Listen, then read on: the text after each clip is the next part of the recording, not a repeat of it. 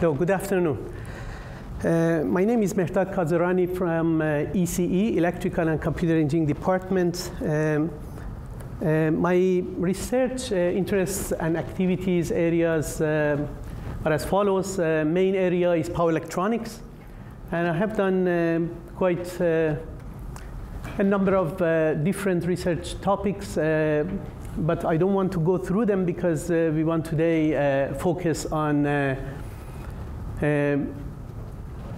EV-related topics. So my current focus is on microgrids for remote communities and also power conditioning, energy storage systems, and charging systems for battery electric, hybrid electric, and fuel cell vehicles, less on fuel cell vehicles these days.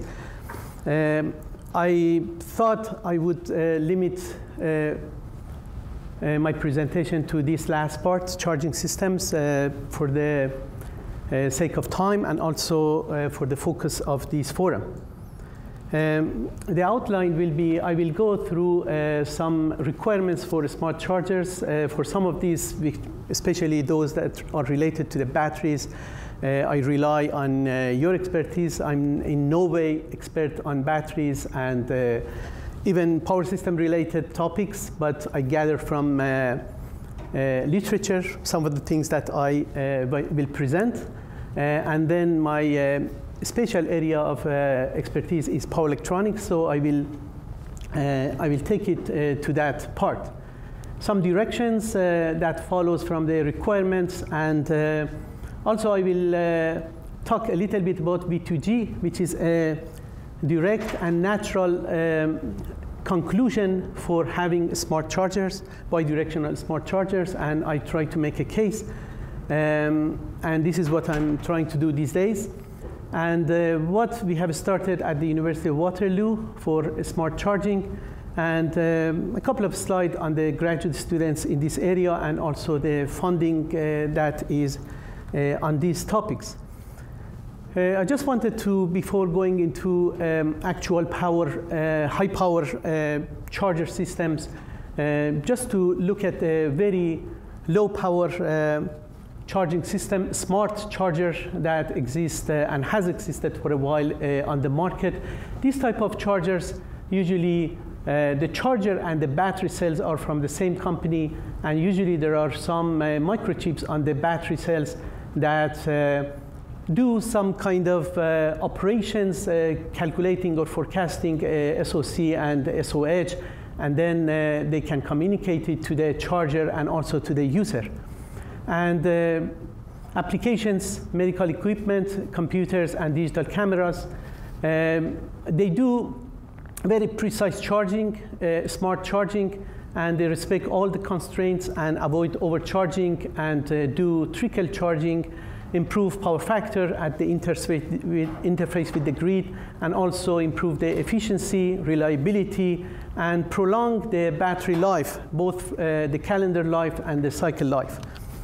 When it comes to the high power battery chargers, and these are mainly those that we refer to are those that are on electric vehicles and plug-in hybrid electric vehicles, the story is different because the battery cells are made by different companies and the chargers are made by another set of companies. And the charger should be able to match the capabilities of the battery cells. And usually the battery cells are not that smart. And there will be a battery management system that will be monitoring the temperature and SOC, and will be doing the cell balancing, and also will be communicating data to the charger and user. Even though a smart battery is desirable, but what is absolutely necessary here is a smart charger. These are some of the requirements that I have gathered from literature and discussions, conferences, transactions, and so on. And when we say a smart charger or charging system, it has to be both. It has to be smart both in design and also in operation, or both in hardware and software. So mass is very important because it has to be minimized because it has effect on fuel economy. And safety is very important. It was mentioned before that batteries contribute to safety risks in EVs, and we don't want to jeopardize the whole mission of EVs by having an explosion. Fault detection and allocation, this is both at the system level and also at the cell level. We want to figure out where is the source of fault, and also in power electronics, in conversion. We want compatibility with CAN bus, which is normally used. We want the charger to be future ready. It means that it has to be flexible to the changes in the rules and standards that has to be implemented, what is implemented today and what will be implemented tomorrow. And we have to have data logging, and this is very important because we want to see the pattern of use of this, and then it affects the warranties. Efficiency, we want something larger than 90%. And of course, power electronics nowadays can produce efficiencies larger than 98%. But together with all of the other components, the target is larger than 90%. And we will see later on that we talk about round-trip efficiency, and if you have 90% in one way, 90% in the other way, without taking into consideration anything else, the batteries, we will have 81% efficiency round-trip. So efficiency drops quickly, as always efficiency is smaller than 1. And EMI is very important. We don't want our battery charger to have EMI effect on the surrounding, and we want it to be immune to the EMI produced by the surrounding. We want the charger to have least effect on the grid from power quality point of view, and this is one of the areas that we are working on. And also, we don't want any disturbance to be imposed on the grid by this charger. The cost will affect the overall vehicle cost, and as a result will affect the acceptability by the public and the customers. We want to have an optimal topology for the power electronic part. It has to be bidirectional if we are targeting V2G and V2H, vehicle to home. And it has to have galvanic isolation according to the new standards. And we would like always to improve on the existing proven technology. We don't want to invent all the time. And we want to go after the good old incremental improvement.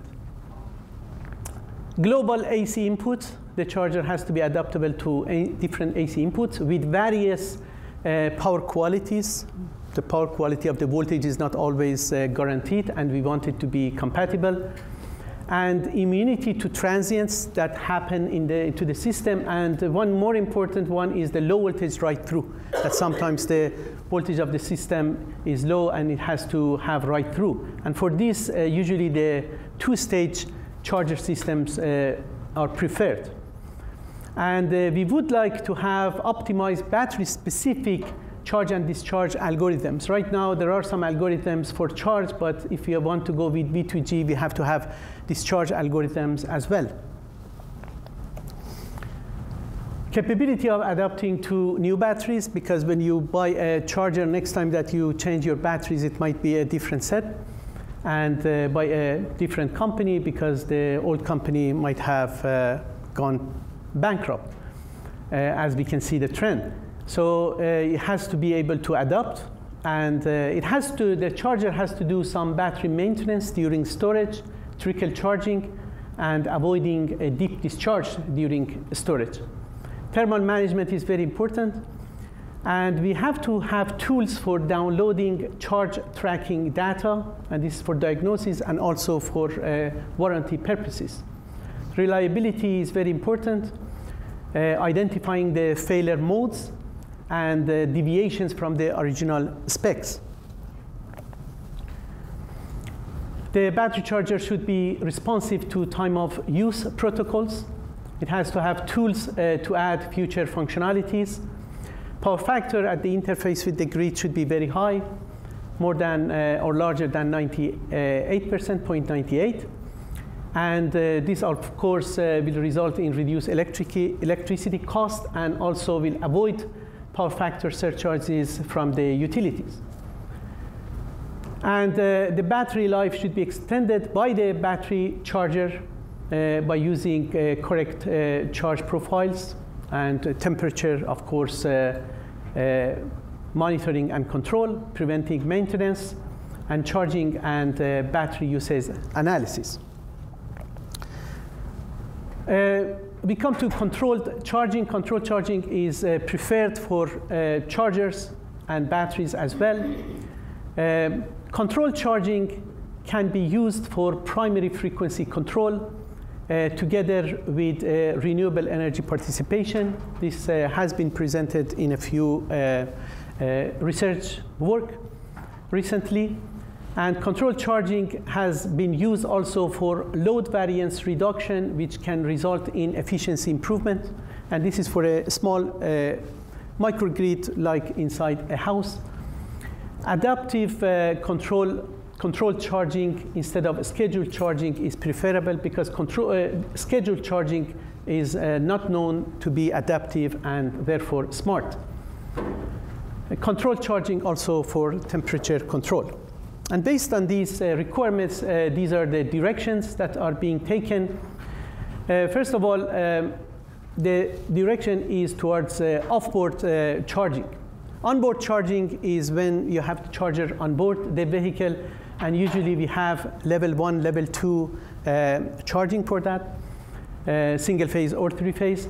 But off-board charging is usually DC, and as a result, you take the rectifier of the device, of the vehicle, and then you reduce the mass, and then it will be lighter, and the range will be larger, and the fuel economy will be better. And also, the cooling requirements will be lower because we don't have anything for the AC to DC. Controlled charging for renewable energy participation is being pursued, and we want to use these chargers and their charging patterns, charging algorithms in order to avoid curtailment of renewables. And we want also to rethink overnight charging. It was mentioned by a representative of local distribution systems here, companies here, that night charging, overnight charging is not the best option all the time, and especially due to the fact that we will have a new peak at night, and also the distribution transformers are used to cooling at night, overnight, and we are disturbing that. And we can offset the effect of charging of the vehicles by using PVs. Photovoltaic panels on the rooftops. We can incorporate vehicle battery in the demand side management at home. And we can also rethink the system of the home, electricity system, and we can think about DC home systems these days. And these are smarter than AC home systems due to the fact that they have better connectivity for vehicles, EVs, and they have lower needs for power factor correction due to having less AC interface. What we are lacking is the incentives and incentive models for the car manufacturers, customers, and V2G participants in the future. And smart charging has to be considered as a load management, active load management technique. And as a result, it has to be merged with the smart grid. What are the challenges, especially for the V2G? Because I'm trying to make a case for a vehicle to grid. And if you have a smart charger, we can make a very good case for V2G, which is a tool also for frequency control on the grid. The challenges are that we need infrastructure upgrade, and battery degradation can happen because of frequent charge and discharge, car manufacturers' warranty issues, there will be a low round-trip energy efficiency problem. And this is something that we are trying to solve by developing high-performance power electronics. And the charging station will be needed. And lack of incentives works against us, because at this time, we don't know what is the cost of one cycle from the battery life, and who pays for the round-trip energy loss. All of this has to be taken into account. The benefits that V2G has for the grid is congestion relief, offsetting the need for infrastructure expansion, peak shaving, reactive power compensation, frequency regulation, and distributed storage and generation. Even though, if I remember, Royden presented some slide that shows that some of these parts are not very small compared to other contribution. But even though this is true, but over time, this contribution can be counted for. There is benefit to the battery by the V2G, and it was mentioned a couple of times, I think, today's presentations. Batteries like to be cycled. And lithium-ion batteries, which are normally used for vehicles, have a range of SOC which is 55% plus minus 35%. This is the safe range. And if we keep the lithium-ion batteries full for an extended period of time, we have jeopardized their lifetimes. And they are better off if you maintain them in the middle of the range of SOC 50% when they are not being used or there is no use for them immediately. So what has been suggested, it is that, for example, when you get back from work to the garage, and you are very close to the evening peak of the electricity, then you contribute a block of energy at a low rate and at a safe rate and not a frequent charge and discharge to the grid. And you reduce your SOC, which is normally at the time of return around 70% in most of the cases, and to around 50%, and then for a period of time you have less stress on your lithium-ion batteries, and then closer to the time that you want to leave home, you start charging. And this will be smart charging, because you charge when you need, not around, according to a schedule. And another benefit of that is that when you charge close to the time that you want to use, your battery will be warm, your series resistance will be small, and therefore your conversion will be more efficient. And this is a case that we can make for V2G. The requirements are high efficiency and smart bidirectional battery chargers, and bidirectional communications between the grid and vehicle. And also, online auction systems are necessary to identify when is the best time to sell, the same way that it is to identify when is the best time to buy. Existing chargers in the onboard existing chargers are almost all, or I can say all of them, are unidirectional. But the charging stations have the capability of bidirectional power flow or power transfer from the hardware part, but from the software part there is a limitation, and they can allow the power only in one direction. So it's very easy to fix this and produce a bidirectional power flow charger. I would like now to go to the research at the University of Waterloo on smart charging. We started this research a couple of years ago, and this was on the development of a bidirectional smart charger. And the initial idea was to develop power electronics that can realize most of those requirements.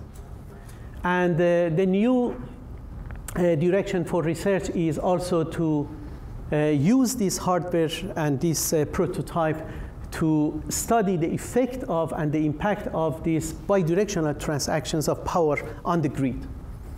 So we have worked on an onboard charger, because 80 to 85% of the vehicles now use the onboard charging, and is a level 2 charging, single phase 208 to 240 volts, 80 amps. And because it is said to be the dominant way of home charging, and two-stage structure because of the flexibility and low voltage right through, and 300 volts, 16 kilowatt hour battery pack. Power factor control capability. The AC to DC is an H-bridge. The DC to DC is a bidirectional buck boost converter. And this is the block diagram. This is the AC grid, AC to DC, DC to DC, and this is the DC link here. And this is the onboard battery pack. This part is the AC to DC interface with the grid, and this is the DC bus, and this part is the buck boost bidirectional DC to DC, and this is the battery cell. Of course, there are many different topologies. We have done a survey on them, and in the future we will go to an isolated galvanic isolated topology, but at this time we have started with this. These are a few results that we can show, and this is the current of the battery. Of course, it is before being filtered. After filtering, it will be cleaner. This is the current where it is controlled. And this is the constant current charging at 50 amps here, and constant voltage charging, and this is the constant current discharge. And the battery pack terminal voltage, and this is the open circuit voltage, which doesn't change that much, but the voltage that we apply will change according to the way we charge. And this is the OC of the battery that during this period rises, during this period rises slowly, and then falls according to discharge.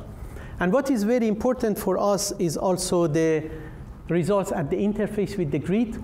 At the interface with the grid, we have used different methods of control for controlling that AC to DC converter. One method which is very popular is PI controller, and this is the voltage, and this is the current at the interface. This is constant current charging at unity power factor, constant current discharge at unity power factor, and this is constant current charging at the power factor of 0.8 leading. And there are some problems with the quality of the waveforms and also accuracy of the power factor in PI controllers because of the time varying nature of these waveforms.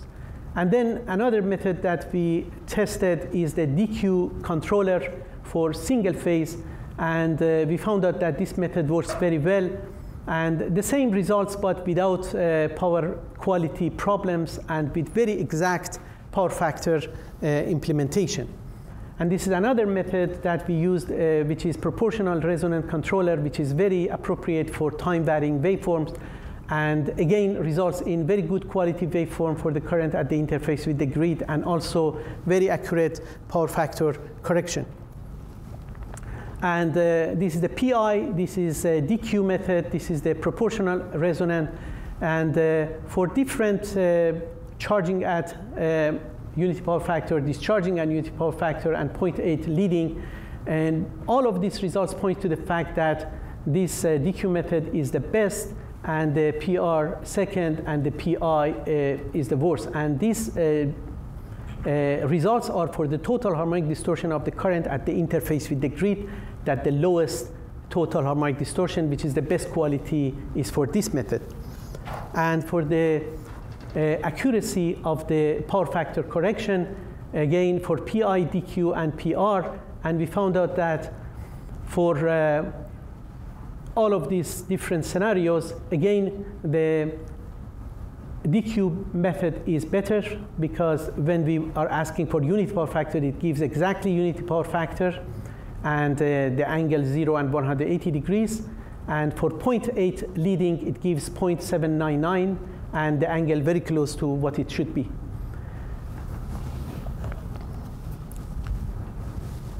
So for the sake of time, I didn't put anything other than this, and then we are continuing with this research, and I will talk about it a little bit over these two remaining slides. These are the students that are working on these projects. This student has graduated already. This student is still working on this project. And these two students have joined recently, and they'll be working under the co-supervision of Professor Canizares. And they will be working on a project that we have here is an NSERC CRD project, impact of EVs on the grid. And part of this project is making a prototype that we are completing our prototype, and then using this prototype to see and to figure out the effects of EV charging and also discharging in the form of V2G on the grid. And in this project, of course, Catherine Rosenbeck was the PI, and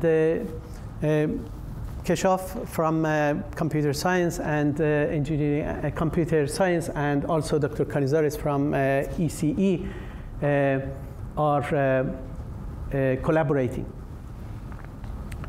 And this is with Hydro One and IBM. Another way of continuing this research that gives us the power of exploring more is this CFI grant, that CFI ORF grant for infrastructure. This is a lab, green and intelligent automotive or Gaia laboratory that is for full-size vehicle testing, and it has rolling dynos, and also it has a battery simulator that I think Mike will be involved in. And my role in this part is to develop smart bidirectional charging systems and to work with the rest of the lab and with the test station. And I think this report also was based on some study of the effect of EV penetration on the grid that was published a few years ago. I stop here, and if you have any questions, I will be happy to answer.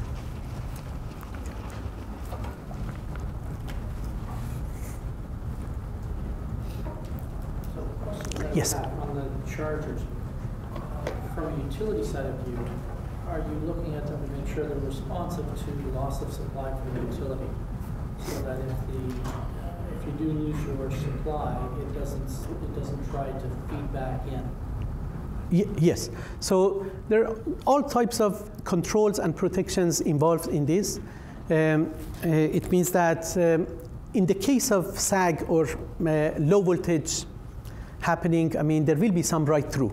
For a while, the DC bus voltage will have the energy stored to supply the battery, but in case the voltage falls below a certain level, then the operation will be interrupted, and there will be no feeding back, because unless intentional. You've got the two sides where you would like it sometimes for it to help. Yes. Where the sag is mined, and once it goes to a loss, then you need to say, okay, I drop out. So that's part of the functionality you're working on. Is exactly. The ability to help exactly. mine through and boost, but the ability to disconnect from the exactly. And then basically it has to be frequent charge and discharge, I mean, destroys the battery. So it has to be very controlled in such a way that, I mean, unintentionally no power will flow in any way. So it is according to some protocol, according to some controlled charging algorithm. Now, if I followed it through, there was some communication ability of it. Will the smart charger that you're looking at have the ability to speak to other smart chargers in the area? We have not implemented that yet. This is part of this new CRD project that Keshav will be involved, and Catherine Rosenbeck. So those people are more into communications and those type of things. So I and Dr. Canizares will be more into the power system part of it and power electronic. So this functionality will be built in. And those charging and discharge algorithms that are battery specific will be also loaded on the controller to be implemented. So the reason I ask is yes. If the chargers have the ability to speak to each other, and if there's a way to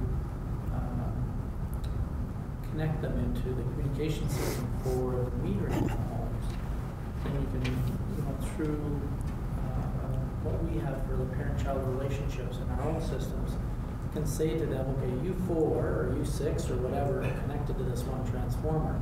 So coordinate between yourselves how you do your charging cycles rather than getting into a very large, complicated system that needs to control them. So that would certainly be of an interest to say, do they have the ability to say who else is nearby and how many, so can we coordinate charging amongst ourselves? Yes, potentially it will have this capability, but at this time it is not built in. Yeah, and a lot of work is being put into the development of the hardware and the software that can support this, but all of this will be developed in the course of this 2-3 year project.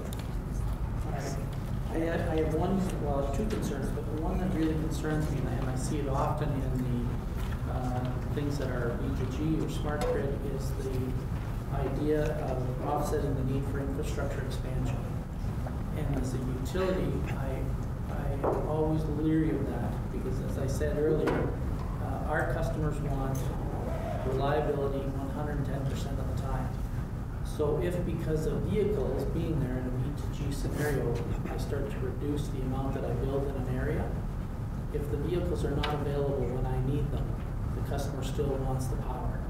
And that becomes the issue. That's the solve.